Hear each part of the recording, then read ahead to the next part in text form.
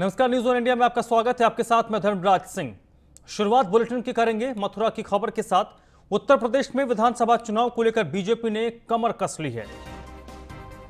UP में अगले साल होने वाले विधानसभा चुनाव को लेकर भारतीय जनता पार्टी ने अपनी तैयारियों को तेज कर दिया है। बैठकों का सिलसिला शुरू हो चुका है। आज ब्रज क्षेत्र में बैठक हो रही है।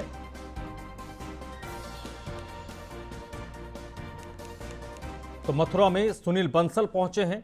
सुनील बंसल वृंदावन पहुंच चुके हैं, जिसमें जिले के अध्यक्ष और प्रभारियों के साथ बैठक होनी है। कई जिलों के जिला अध्यक्ष और प्रभारी इस बैठक में शामिल हो रहे हैं। विशेष तौर पर ब्रज क्षेत्र के जो जिलाधिकारी हैं, जिला प्रभारी हैं, वो इस बैठक में मौजूद हैं। सुनील बंसल संगठन के कामकाज को और धार देंगे। कार्यकर्ताओं से उनकी मुलाकात होनी है, बैठक होनी है और इस मुद्दे पर चर्चा होनी है कि कैसे पार्टी को और ज्यादा मजबूत किया जाए।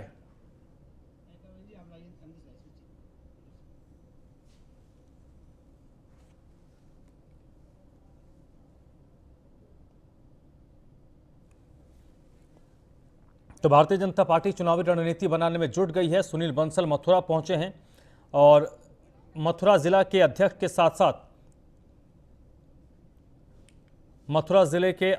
साथ साथ जो प्रभारी हैं, आसपास के जो जिलों के जिलाध्यक्ष हैं, इस बैठक में मौजूद हैं।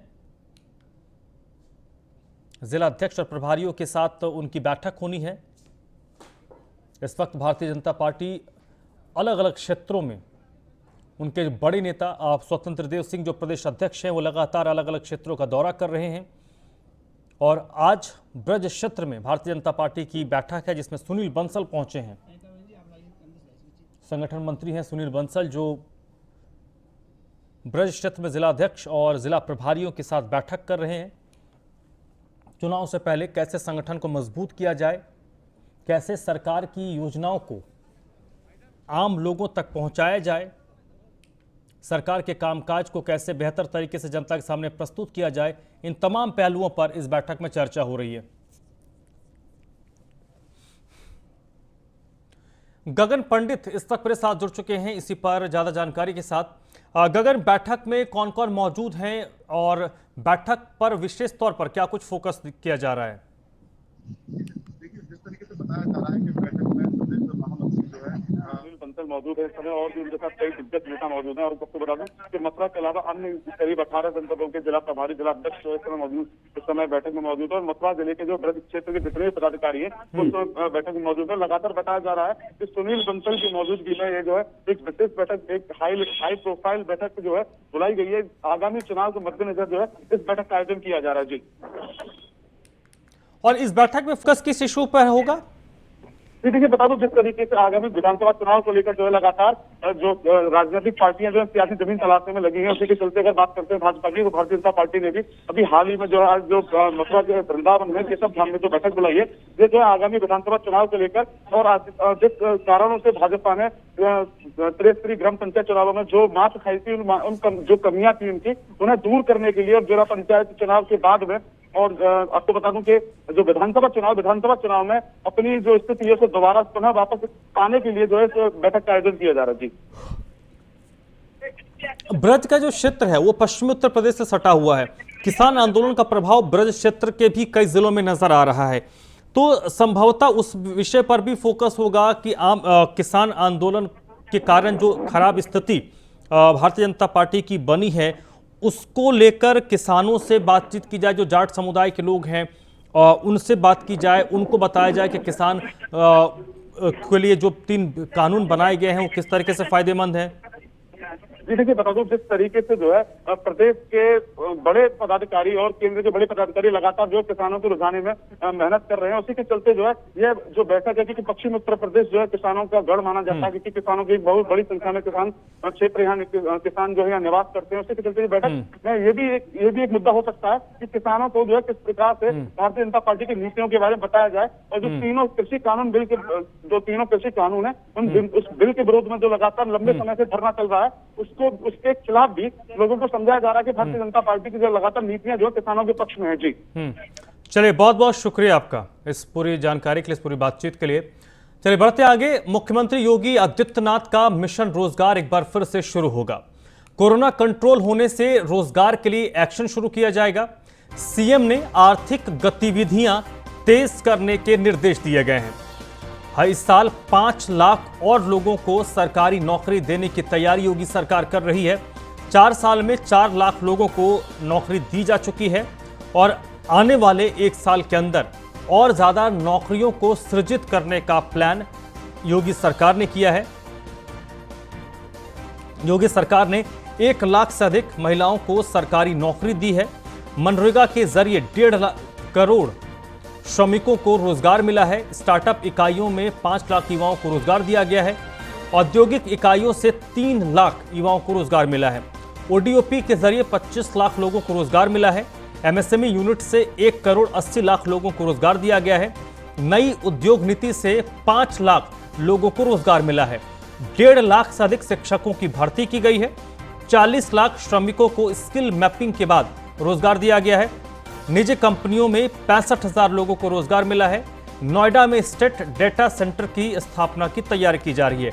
50,000 से अधिक लोगों को स्टेट डेटा सेंटर में रोजगार दिया जाएगा। एसके वाजपेयी इस वक्त मेरे साथ जुड़ चुके हैं इसी पर ज्यादा जानकारी के साथ। एसके, किस तरीके से सरकार इस रोजगार के अभियान को आगे बढ़ाएगी?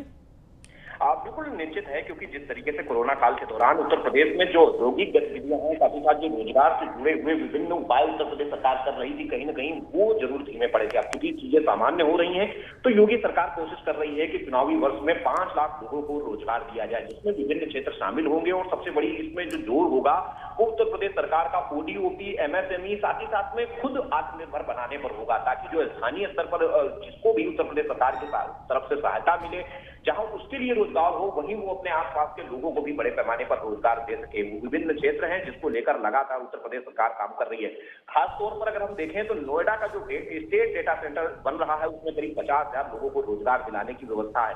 उसके अलावा जो विभिन्न कंपनियां उत्तर प्रदेश में निवेश कर रही हैं, उनके उत्पादों की मार्केटिंग से जुड़े जहां 65,000 लोगों को रोजगार मिल चुका है, वहीं उत्तर प्रदेश सरकार का प्लान है कि इसमें और ज्यादा लोगों को रोजगार की संभावनाएं सृजित की जाए। साथ ही साथ जो उत्तर प्रदेश में विभिन्न विभागों में जो पद खाली हैं, उनके लिए भी योगी सरकार की तरफ से डेटा तैयार किया जा रहा है और कोशिश की जा रही है कि ये प्रक्रिया तेजी के साथ पूरा कराई जाए, ताकि 2022 के इलेक्शन तक इसको पूरा कर लिया जाए। तो निश्चित है कि जो विभिन्न स्टार्टअप इकाइयां भी हैं, जिसमें उत्तर प्रदेश सरकार खादी ग्रामोद्योग विभाग, एमएसएमई विभाग, उसके अलावा ओडीओपी की तरफ से जो सहायताएं उपलब्ध कराई जाती है उन स्टार्टअप इकाइयों को, उनको लेकर भी उत्तर प्रदेश सरकार लगातार काम कर रही है। उत्तर प्रदेश सरकार का लक्ष्य है कि करीब 1 साल के अंदर इसमें करीब 1.5 से 2 लाख लोगों को स्टार्टअप। चलिए, बहुत बहुत शुक्रिया एसके वाजपेयी आपका। चलिए बढ़ते आगे। ऊर्जा मंत्री श्रीकांत शर्मा नोएडा पहुंचे हैं। श्रीकांत शर्मा ने बिजली घर का निरीक्षण किया है। तो बड़ी खबर इस वक्त की, ऊर्जा मंत्री श्रीकांत शर्मा नोएडा पहुंचे हैं, जहां पर उन्होंने बिजली घर का निरीक्षण किया है। बिजली विभाग के अधिकारियों में हड़कंप मच गया है। नोएडा के सेक्टर 58 के बिजली घर पहुंचे हैं ऊर्जा मंत्री श्रीकांत शर्मा। ऊर्जा मंत्री ने बिजली घर का रजिस्टर चेक किया है और खामियां मिलने पर अधिकारियों को जमकर फटकार लगाई है। उपभोक्ताओं को फोन कर अधिकारियों का श्रीकांत शर्मा ने फीडबैक लिया है। तो बड़ी खबर आपको बता दें, उत्तर प्रदेश के ऊर्जा मंत्री हैं श्रीकांत शर्मा, आज अचानक से नोएडा पहुंच गए और सेक्टर 58 के बिजली घर पहुंचे। वो उनके बिजली घर पहुंचते ही अधिकारियों में हड़कंप मच गया। रजिस्टर चेक किए, कई सारी खामियां उनको वहां पर मिली है। अधिकारियों और रजिस्टर के जरिए कई उपभोक्ताओं को कॉल किया गया, उनसे अधिकारियों के बारे में फीडबैक लिया गया। निशांत शर्मा इस वक्त मेरे साथ फोन लाइन पर जुड़ चुके हैं इसी पर अपडेट के लिए। निशांत, अचानक से श्रीकांत शर्मा नोएडा आते हैं, नोएडा में एक बिजली घर पहुंच जाते हैं, क्या वहां पर हुआ था? किन लोगों को फटकार लगी? क्या खामियां उनको मिली?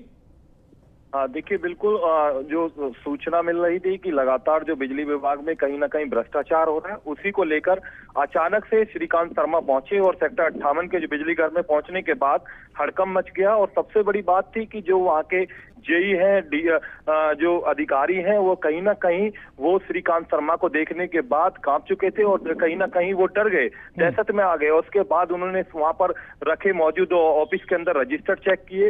रजिस्टर चेक करने के बाद उनसे पूरी जानकारी ली, फीडबैक ली, उनसे यह भी पूछा कि आप कितने घंटे यहाँ पर बिजली दे रहे हैं, कितने घंटे लाइट आ रही है, क्योंकि लगातार जो ट्विटर के माध्यम से शिकायत आ रही थी।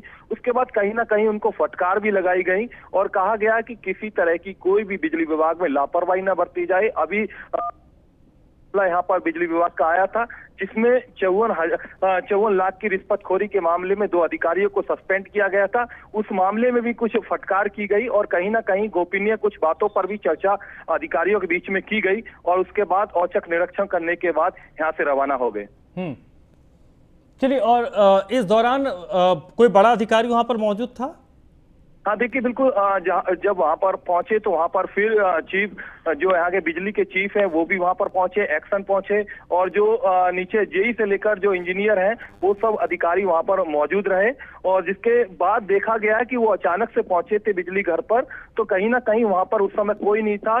जो जेई थे और वहां के जो लाइनमैन होते हैं वो लोग थे और जो ऑपरेटर हैं बिजली घर के, वो वहां पर मौजूद थे। तो कहीं ना कहीं अचानक से पहुंचने के बाद बिजली विभाग के अंदर हड़कंप मचा और अधिकारी वहां पर फिर मौके पर पहुंचे और उसके बाद वहां पर जो मौजूद रजिस्टर थे उन पर भी चेक किए गए और उनसे फीडबैक मांगा गया और कहीं ना कहीं ये भी कहा गया कि किसी तरीके से किसी भी यहाँ पर रहने वाले लोगों को या बिजली से लेकर संबंधित कोई भी शिकायत तत्काल सुना जाए। बहुत बहुत शुक्रिया आपका। अगली खबर लखनऊ से है। पूर्व समाजवादी पार्टी के राष्ट्रीय प्रवक्ता अनिल यादव कांग्रेस में शामिल हो गए हैं। कांग्रेस के प्रदेश अध्यक्ष अजय कुमार लल्लू ने एक प्रेस कॉन्फ्रेंस करके इसकी जानकारी दी है। लल्लू ने अनिल यादव को कांग्रेस की सदस्यता दिलाई। अनिल यादव का उन्होंने कांग्रेस में स्वागत किया। अजय कुमार लल्लू ने कहा कि दिल से मैं कांग्रेस में अनिल यादव का स्वागत करता हूं। अनिल यादव का जो पूरा राजनीतिक सफर है वो संघर्षों से भरा रहा है।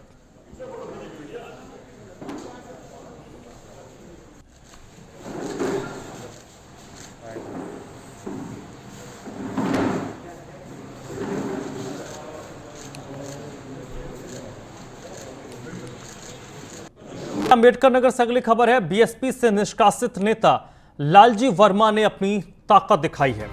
समर्थकों के साथ लालजी वर्मा ने बैठक की। लालजी वर्मा ने बीएसपी के सांसद पर इस दौरान कई गंभीर आरोप लगाए। सांसद है रितेश पांडे, कोऑर्डिनेटर घनश्याम खरवार पर उन्होंने आरोप लगाया। बीएसपी सुप्रीमो को गुमराह कर पार्टी से खुद को बाहर निकलवाने का आरोप उन्होंने लगाया है। उन्होंने कहा कि मैंने कभी अखिलेश यादव से संपर्क ही नहीं किया। लालजी वर्मा ने सांसद रितेश पांडे को चुनौती दी है। उन्होंने कहा कि हिम्मत है तो 2024 में बीएसपी के टिकट से चुनाव लड़कर दिखा ले।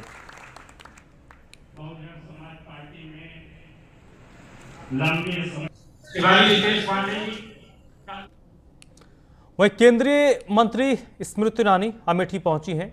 बगैर प्रोटोकॉल के अपने 1 दिवसीय दौरे पर स्मृति ईरानी अमेठी पहुंची हैं।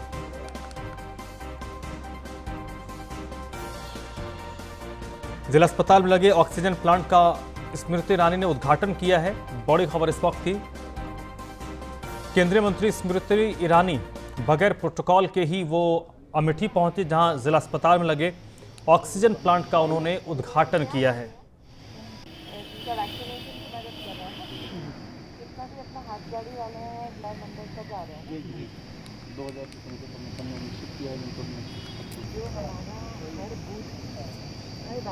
अमेठी से अगली खबर है।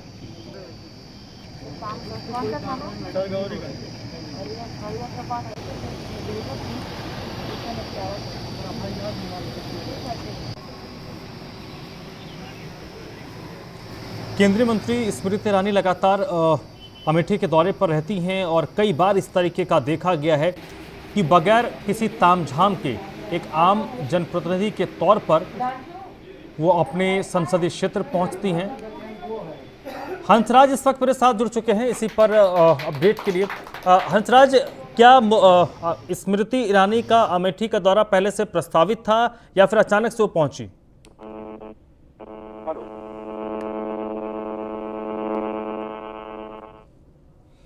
चलिए, लगता है हंसराज से संपर्क नहीं हो पाया है।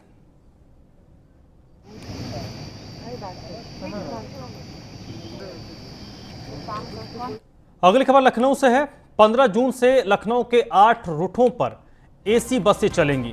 एसी, जनरत, शताब्दी और वॉल्वो की बसें चलेंगी। 15 जून से सभी बसें चलेगी। 24 घंटे पहले आपको ऑनलाइन बुकिंग करवानी होगी। वाराणसी, प्रयागराज और आगरा के लिए ये संचालन होगा। इसके अलावा गाजियाबाद, सहारनपुर, बरेली के लिए भी संचालित किया जाएगा। तो लखनऊ से ये बसें संचालित होंगी। गाजियाबाद, सहारनपुर, बरेली, प्रयागराज, आगरा और वाराणसी या एसी बसें हैं जो 15 जून से संचालित की जाएंगी।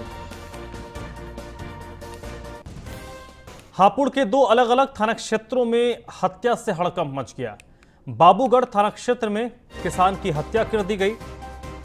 धारदार हथियार से किसान की हत्या हुई है।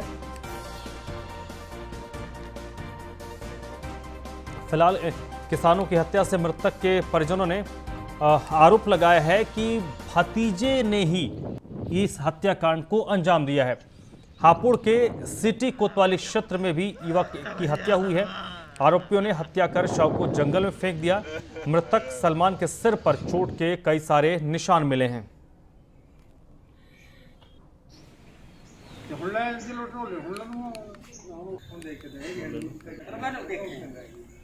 अंबेडकर नगर में महिला थाने में बड़ी लापरवाही सामने आई है। महिला थाने के लॉकअप से एक आरोपी फरार हुई।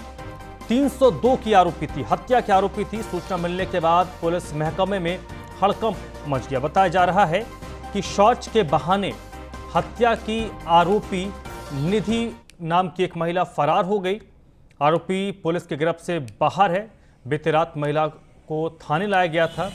22 साल के एक युवक की हत्या के मामले में ये जो लड़की है निधि, ये आरोपी है और ये महिला थाना के लॉकअप से फरार हो गई।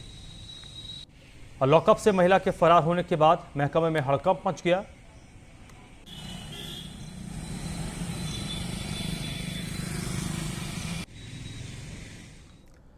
प्रयागराज में एक शादी समारोह में हाथी का आतंक देखने को मिला। शादी समारोह के दौरान हाथी लाया गया था और कई 4 व्हीलर को इस दौरान हाथी ने नुकसान पहुंचाया है। बारातियों की ओर से हाथी लाया गया था। कुछ देर के बाद वन विभाग की टीम मौके पर पहुंची और साइनाइट के सराय नायत के आमरसपुर का ये मामला है। सराय इनायत के आमरासपुर का ये मामला है, जहां पर बारातियों ने हाथी लाया था और उस हाथी का आतंक देखने को मिला, जिसने कई गाड़ियों में तोड़फोड़ की।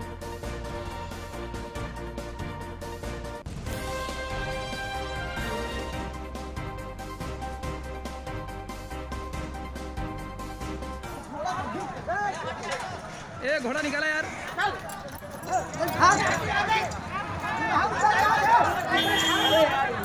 अरे ए छोटू बगल।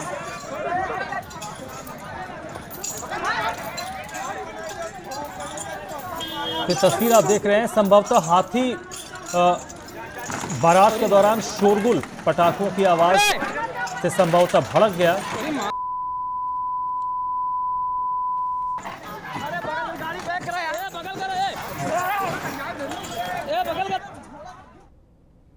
इस बुलेटिन में फिलहाल इतना ही।